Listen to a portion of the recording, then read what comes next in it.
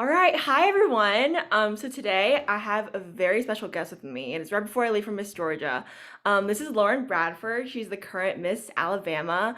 She was first runner-up to Miss America. She has a whole bunch of other a awards. But Lauren, just tell everyone a little bit about yourself, where you're from, and a little bit about your background. Yeah, so thank you for the sweet introduction. I'm so excited to be here with you, Rebecca. But I'm 22 years old. I'm from Gulf Shores, Alabama. So I'm actually from a very tourist destination place. There has never been a Miss Alabama in our 100-year history from our area. So it's been really, really special and fun to get to represent my hometown this year in many capacities. But I grew up as a complete tomboy. Never in a million years did I ever think that I would compete in a competition like this, or if you would have told me at the age of 10 that I would want to be Miss Alabama, I totally would have not believed you and laughed in your face. I grew up skateboarding, I was an ROTC, I was a science fiction novel writer, like all the things, and I'm still Wow. those things at heart. And so this journey has been one of honestly complete transformation and growth, and just helped me find so much about who I am while still holding on to who I believe I've been called to be. So it's been a crazy fun journey. It's been fun to go back home to Gulf Shores this year, but be in Birmingham now as Miss Alabama. So it's been a fun ride. That's so amazing. That's so cool. I feel like, yeah, the Miss America program does bring out a different side of a lot of people. Like when I first started competing, yet again, I was it's kind of similar to you, never ever even heard of pageants before. Especially in my community, like doing pageants is just like unheard of. Like Yeah. what is pageants? Like it takes me a moment to explain exactly what the Miss America program is to all of my Yeah. friends. So it's so cool that you're able to take that step outside of your comfort zone, which is to lead Yeah. into my platform. A really cool part of my platform is stepping outside of your comfort zone. And I think for me, one of the biggest steps I've ever taken in my life was competing in the Miss America program. So I would just have a question. What is like, you think the biggest step that you've took outside your comfort zone, and how has that expanded your perspective and made you a stronger or better person? Yeah, honestly, I have like I feel like a lot of instances about this, but something that I felt like was stepping outside my comfort zone was competing in this in the first place. And I honestly I remember when I first started competing in Miss, I did teen, and I was first runner up to Jessica Bader, who ended up becoming Miss America's Outstanding Teen. So I got to step into that role that year.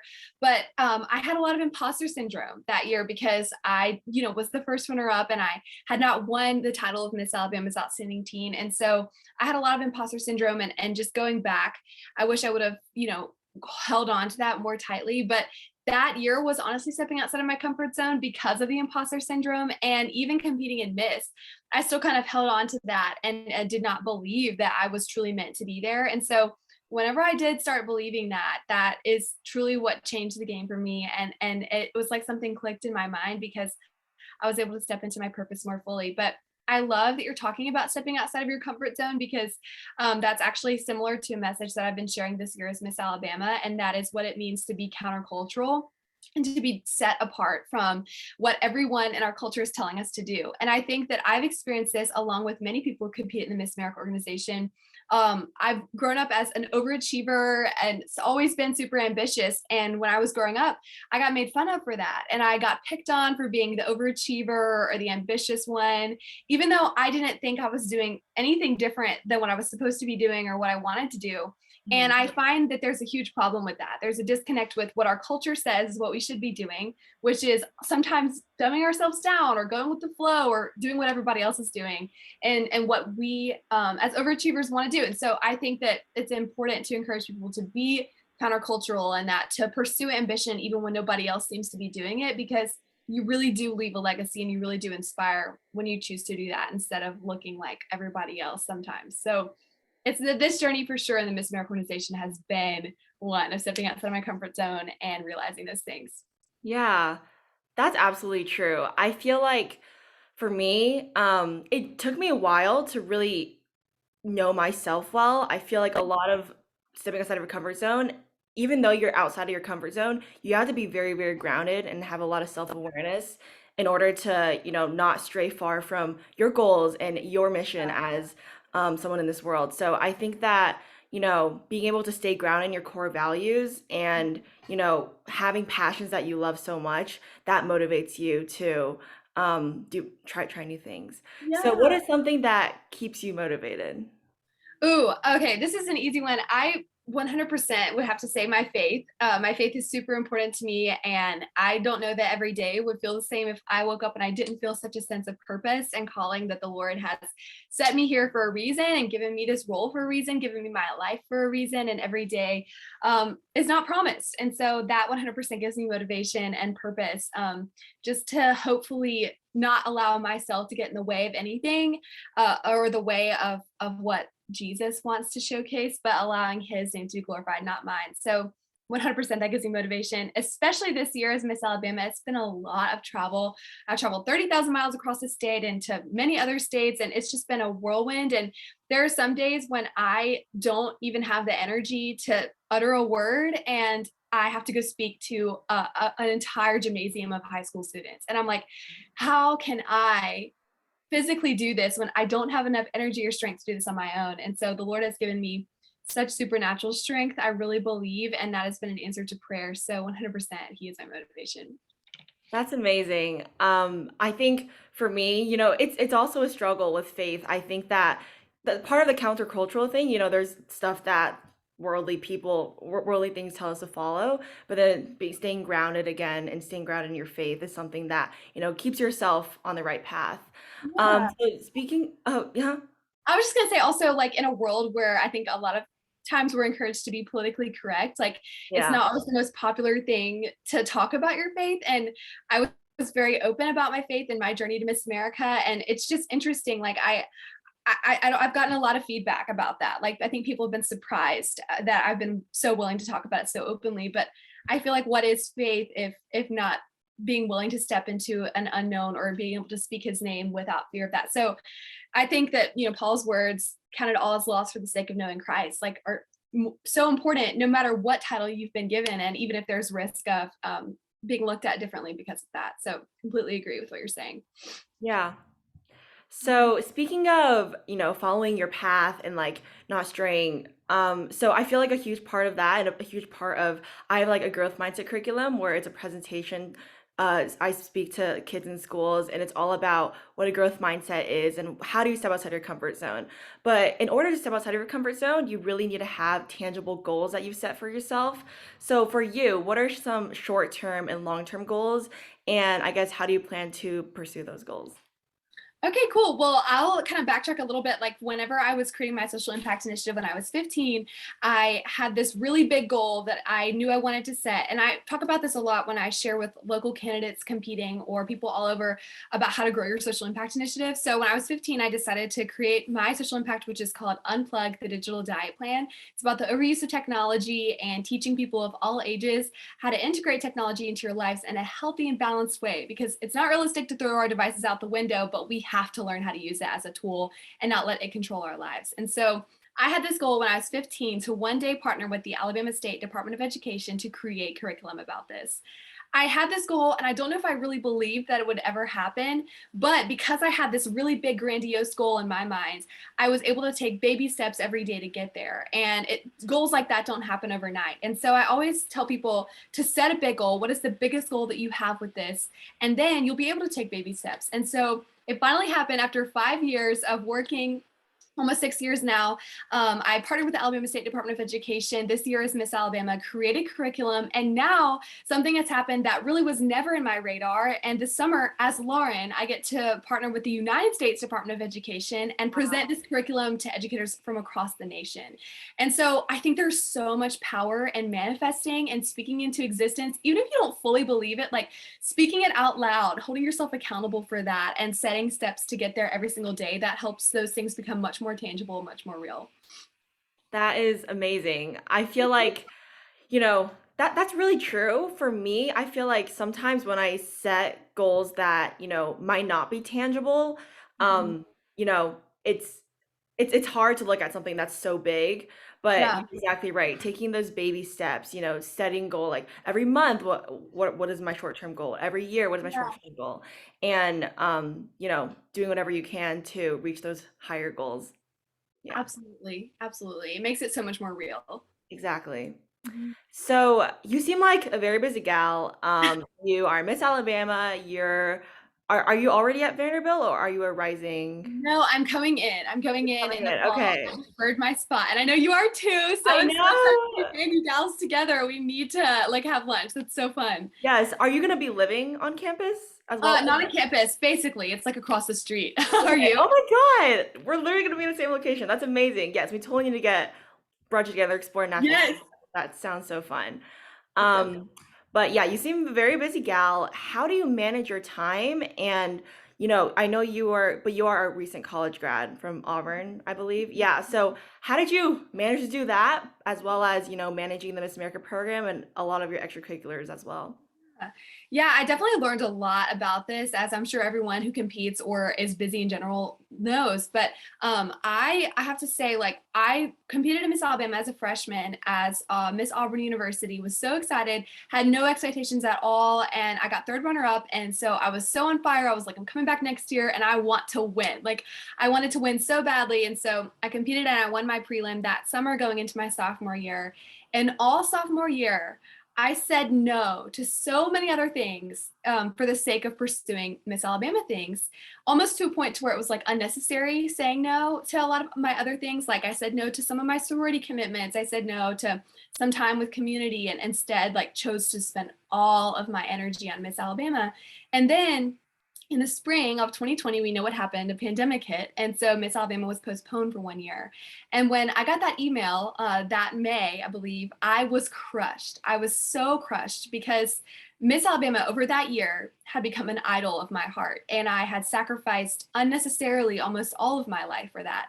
And so when that happened and my plans were taken away for that summer, God instead opened a new door. And that summer I took summer classes. I took 17 hours and I graduated from Auburn University a year ahead of schedule and was accepted to Vanderbilt. And I never saw that coming. But I learned so much in that summer. Number one, there is so much value in pursuing balance with the things that you pursue. And so I was able to go into that next year of preparation for Miss Alabama with the mindset of, yes, I'm going to spend a lot of time preparing for this because this is my dream, it's my goal, but I'm also not going to sacrifice who I am as a human being or balance with all other things. And I think that we have that mindset a lot with our work or our jobs. Like work-life balance is a common phrase that we hear all the time. But I think in sometimes our dreams and our passions, it's like, especially people who I think are like us and maybe like overachiever mindset, we like pour everything into it all the time. And that just doesn't make you a real human being. That makes you a robot. And so I learned what it meant to pursue balance in those things and say yes to lots of other things while also saying yes to Miss Alabama, but also prioritizing rest, which is really hard for me. It's hard for me to say no. I've learned that really painfully this year a lot. So I think just like learning the power of having balance and learning the power of saying no sometimes too can make you more productive and more well-rounded as a human being. So, and also a good planner helps. Exactly. Yes. Google Calendar is like my best friend. Yeah. It's like color coded and everything. So like I love it so much.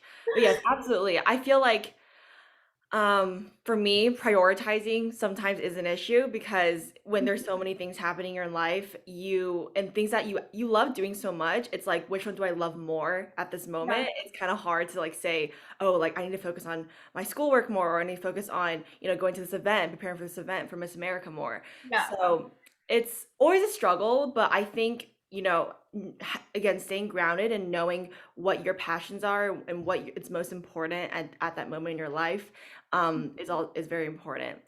And also, I think during the pandemic, for me, I feel like I had a lot of time to self-reflect. It was me, myself, and my thoughts. My entire junior year was online. So I really had to learn a lot about myself.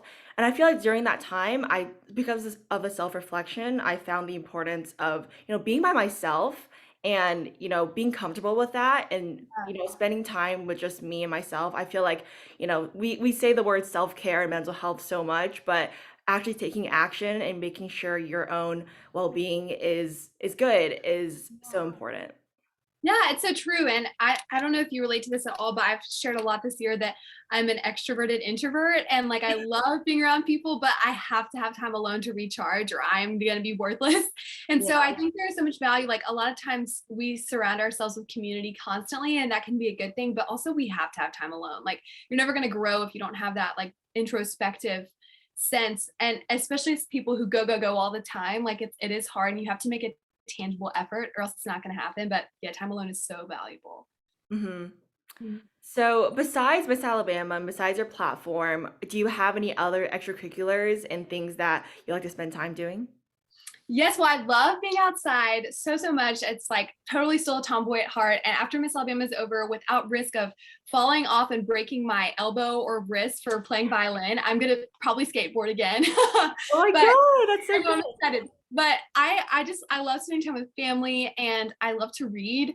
I spend a lot of time reading and also I'm going into the finance industry and so I'm getting my master's in finance at Vanderbilt and so I do a lot of like continuing education about that so that I can feel equipped to enter that program. So that's what this year has been a lot about too. I'm totally a nerd and love to research and see all about the stock market and stuff. So I definitely that spend a lot of my time doing that as well.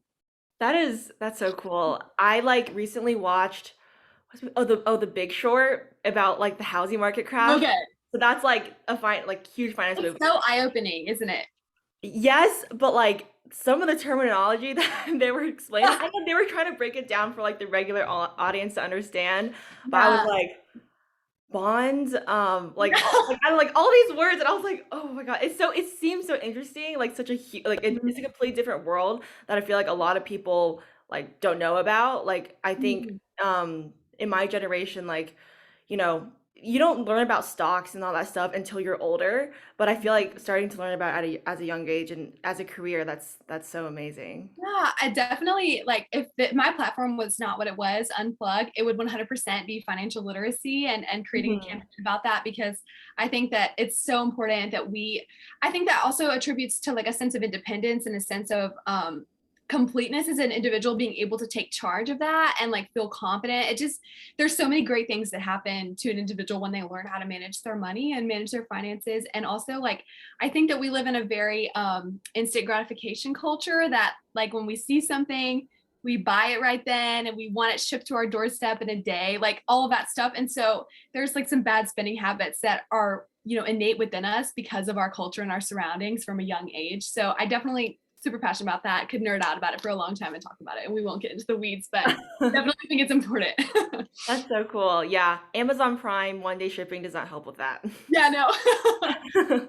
So, besides, like, you seem like you have so many successes and so many, great things that you have accomplished, but what is a challenge that you faced, could be in the past, could be recently, and how'd you overcome it?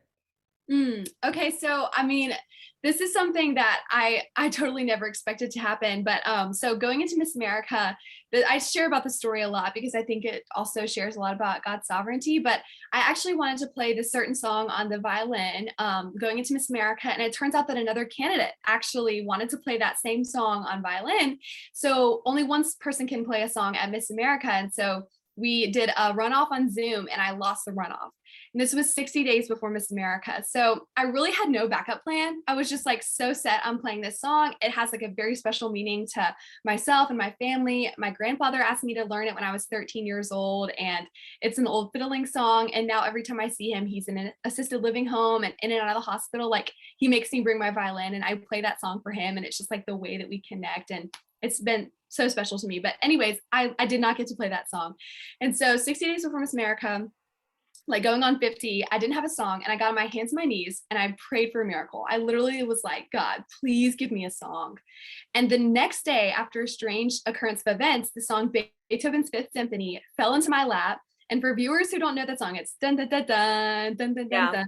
Yeah, but it was a punk rock version of that song on the electric violin. So I was like, oh, I'm sold. This is what I'm playing for Miss America. But I normally play a song for like a year before competing and perfect it over a long period of time with many teachers and all the stuff. I had 50 days to learn this song from scratch. I had never played this song before. So I didn't have a teacher. I'm in a new city. I had no one to help me and I could not learn it on my own. So I got on my hands and my knees again and I prayed for a teacher. And the very next day, I randomly had 4 teachers in the area calling me saying, hey, I heard you're in Miss Alabama and you play violin. Can I help you get ready for Miss America? And I felt like I was dating multiple people at the same time because I was going on all these violin lessons with these people and finally chose one person who totally changed my life and perspective on violin playing, reignited a love for it stronger than ever before. And I played violin so many hours every single day that I had to go to physical therapy twice a week for my arms and my shoulders because they were like getting carpal tunnel and locking up. The PTs were like, "Who are you and what are you doing?" And so it just was like I have never worked harder in my entire life, like playing, trying to get something to fruition. And I can't even express the feeling of being on the Miss America stage, playing that last note on my violin during prelims, and just like I walked off stage sobbing because I was like, there's no way that this could happen without the Lord. Like, there's just simply no way. It was truly my miracle.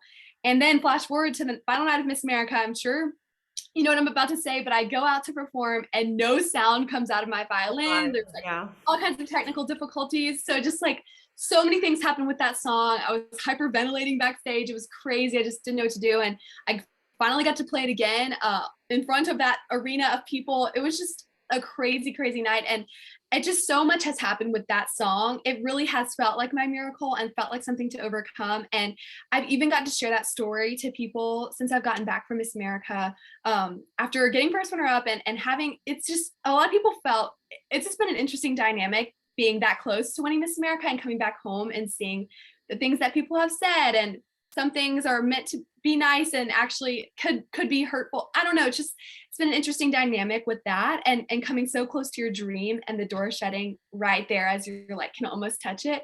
But I feel such a sense of peace that the Lord had such a plan and such a purpose for me here in Alabama more than he wanted me to be Miss America. And he has shown me that time and time again, being able to serve my state the rest of my year and being able to share that story of overcoming the challenges that came with learning that song, overcoming the challenges on the final night of Miss America with my sound not working. And it really has felt like my miracle. And I think that even when something seems so impossible, when something like this huge mountain is standing in your way and you're like, there's no way that I'm ever going to be able to overcome this, like it really can be moved. And I think that that's the power of the Lord. He can do anything.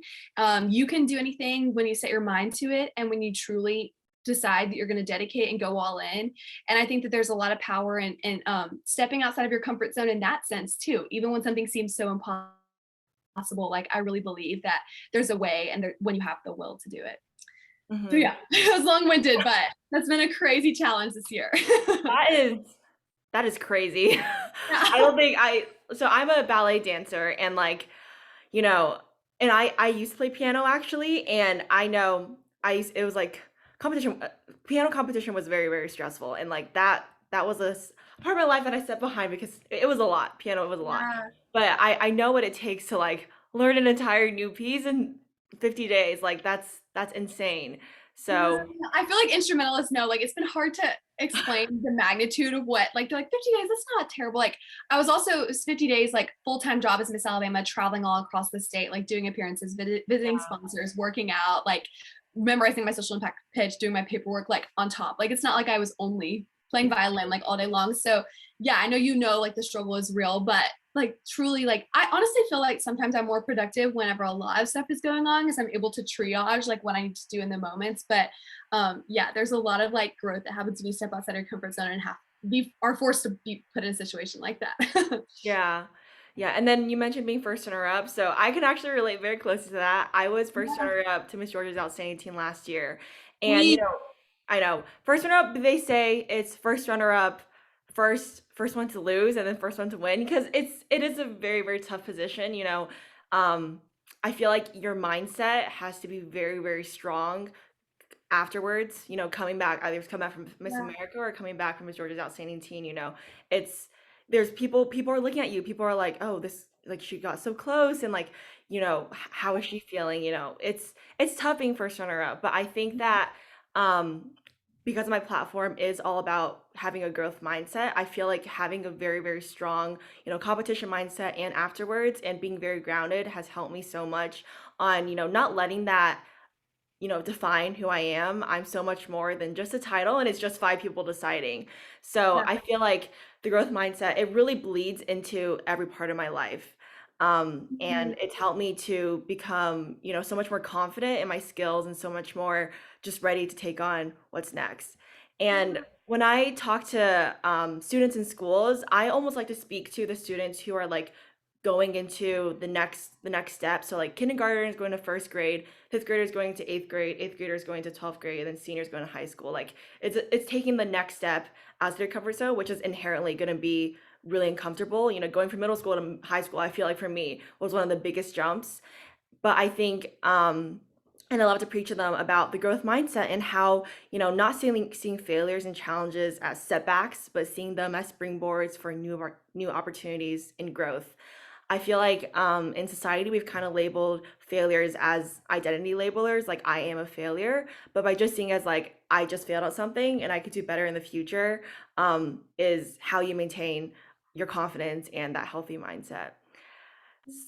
So So, I love it also that you speak to people in transitionary moments because there are yeah. so many moments of our lives and those 100% are the hardest. Those are 100% the moments where you can experience the most growth if you allow yourself to. So I think that's incredible and so valuable to those students. So just kudos to you for having that mindset yourself as you go into this competition, literally like tomorrow. And I'm just going to be thinking about you because, like you say, I know that first runner up is like a tough challenge, but something that I thought about going into Miss America was like my worth. And I know we say this all the time, but it's like one thing to say it and one thing to really, really believe it and own it and like have that written in your heart. Like your value does not depend on whether or not you walk away with the crown. Like you have an eternal crown already. You have a crown. Like you are the crown and you're exemplifying that in everything that you're doing throughout your community and on the journey to Miss Georgia's Outstanding Teen. And so is everybody that competes in this. And I think it's really so impactful when you really believe that because on the plane ride home from Miss America, I didn't feel any less than. I didn't, it was just like a piece. Like, okay,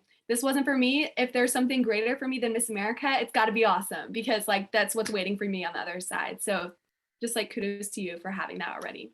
Thank you. So like speaking of failure, do you have any failures that you've experienced that you've been able to bounce back from?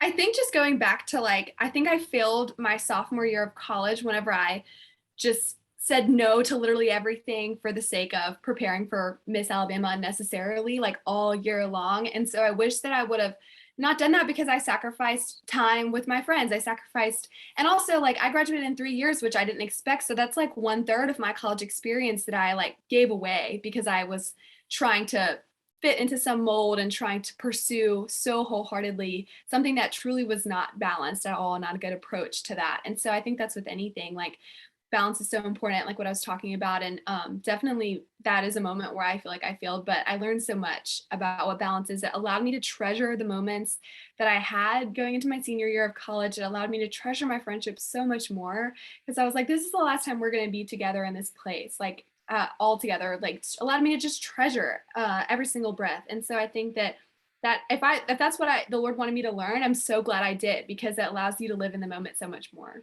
Mm-hmm. Mhm. Yeah.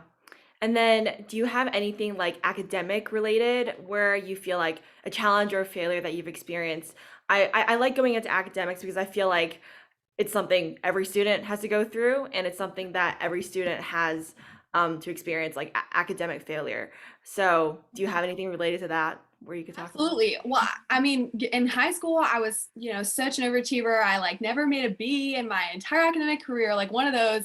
And then I got to college and I made my first B in business calculus. And it was like so soul crushing. I was like, I made a B, which is so ridiculous. Like, I did not get a 4.0 GPA in college. I got a high GPA, but it was not perfect. And it was so interesting going back, like looking back in my freshman year and truly I was putting my worth in trying to make that 4.0. Even though I studied so hard, I did everything I could, I just couldn't make the A in that class. And so it's just funny looking back because that 100% is a failure because I allowed my worth to be associated with my grades. And I'm glad I got humbled pretty quickly first semester freshman year because you know, C's to get degrees. We hear that all the time. I thankfully did not make C's in college, but like there are ways that you can get jobs, get degrees, become successful without being the 4.0 GPA in college. And that's awesome if that is going to be someone's journey and someone's story. But That is not everyone's story. Most of the time it's not. And there are so many leaders of Fortune 500 global companies who like did really badly in college. And I'm not saying like to do bad in college, but I just think that sometimes like take a step back. Like I had to take a step back. I literally took the ACT 11 times. Like I was obsessed with like getting my score up and just the whole 9 yards. And so I just think that I had to learn that the hard way of being humbled very quickly. And like my worth is not defined by the letter that I make on this class. Always try hard, but yeah, don't allow your worth to be associated with it. Yeah, I can totally relate to that. I feel like for me, I go to a particularly competitive high school. It's Mhm. encouraged to take a lot of AP classes, a lot of dual enrollment classes, and it gets very, very stressful. I'm gonna be completely Yeah. honest. I remember my junior year in the pandemic, being so isolated, but then still having to stay focused with the freedom of the internet to browse. But staying focused on my academic schoolwork was extremely challenging. But I feel like one of the moments where I truly was so uncomfortable and truly failed was my sophomore year of high school. I took a course called AP World History, and for my entire life, I was like, I'm a humanities person. I can, this will be a breeze. This will be fine. But Yeah. no, I think it was like the first three tests, I made C's, and never in my life have I ever made a C in elementary, middle school, high school. Like that Yeah. was unheard of. And I was just shocked to my core. I did Yeah. not know what to do. I was 15 at the time. I feel like I had a very, very fixed mindset at the time. I really felt that that grade defined me, and it bled into all my other classes as well. Like I was taking like AP seminar, honors chemistry, and my grades dropped in general. But and then in the middle of the semester, I dropped the course.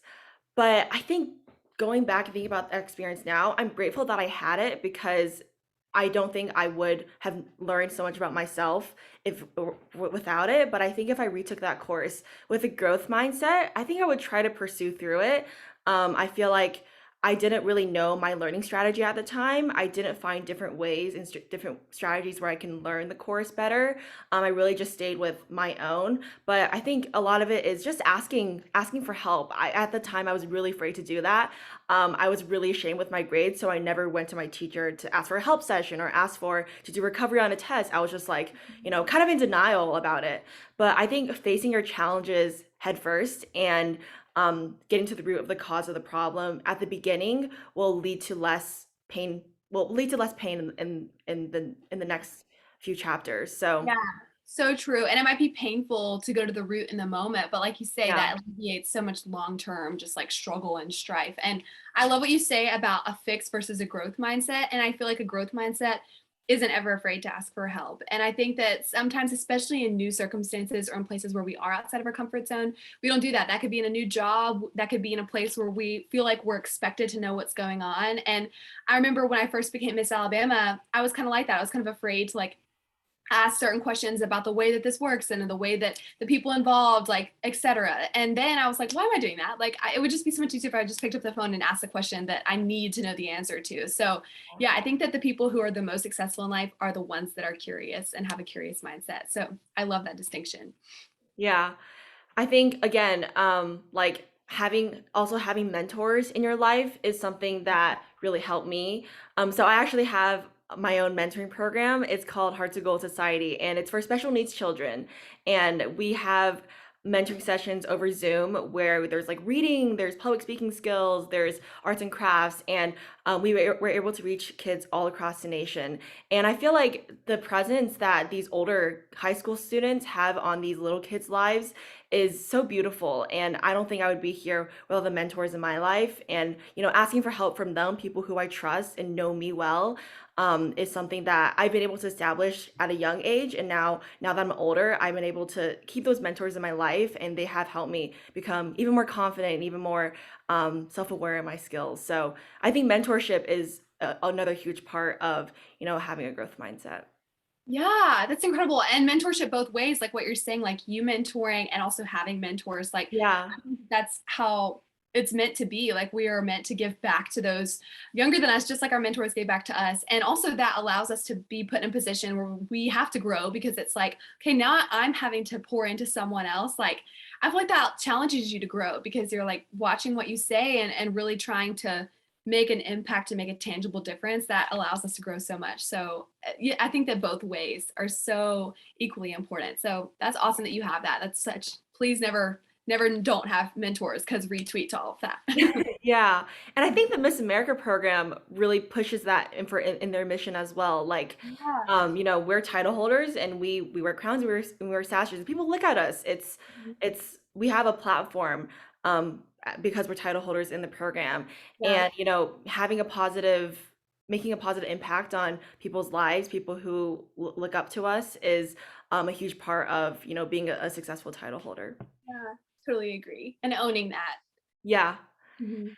All right, so I see that I didn't know Zoom I had, like, know. this 40-minute I limit know, for but see, now I'm like, oh, this stressed me out. and, like, it's, like, counting down, I'm like, "Ah." Yeah. So, I'll ask just one more, like, fun question. Okay. What has been, like, your favorite appearance or your favorite moment that you've had? I know this is, like, the hardest question for all title holders, but Okay. yeah. Okay, this was so crazy and so much fun. So one of my Miss America judges is the CEO of Aviator Nation, Paige McCoskey. And in February, I one day woke up to this email of her asking me to fly out to Malibu, California for her 40th birthday party at the headquarters of Aviator Nation Oh and my play my word. Miss America talent for her and her friends. And so I did 10 days later, fly out, and I played my Miss America talent in my Miss America like talent outfit and everything. And I actually was the first opening act for Diplo and Shaky Graves and some other incredible artists like that Wow. also came that night to play for her birthday party. And so that was moments. I went with the executive director of Miss Alabama, Nan. We had so many funny laughs because we were like, this is crazy. Like, what are we doing here? Like, we're in Malibu on Pacific Coast Highway, like playing my Miss America talent. So it's just been so crazy to see like the connectivity of doors that have opened that I never in a million years would have ever pictured or imagined. So that had to be one of my favorites, just getting to go and experience another state like that. But also, I think generally speaking, like my favorite things are getting to go to schools and getting to meet students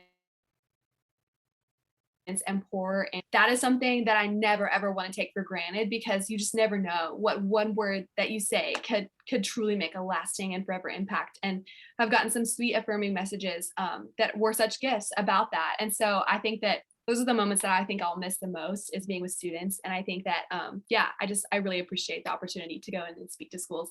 And I've done a lot of them this year. So those are two of my favorites. Very All hard right. question though. Yeah, I know.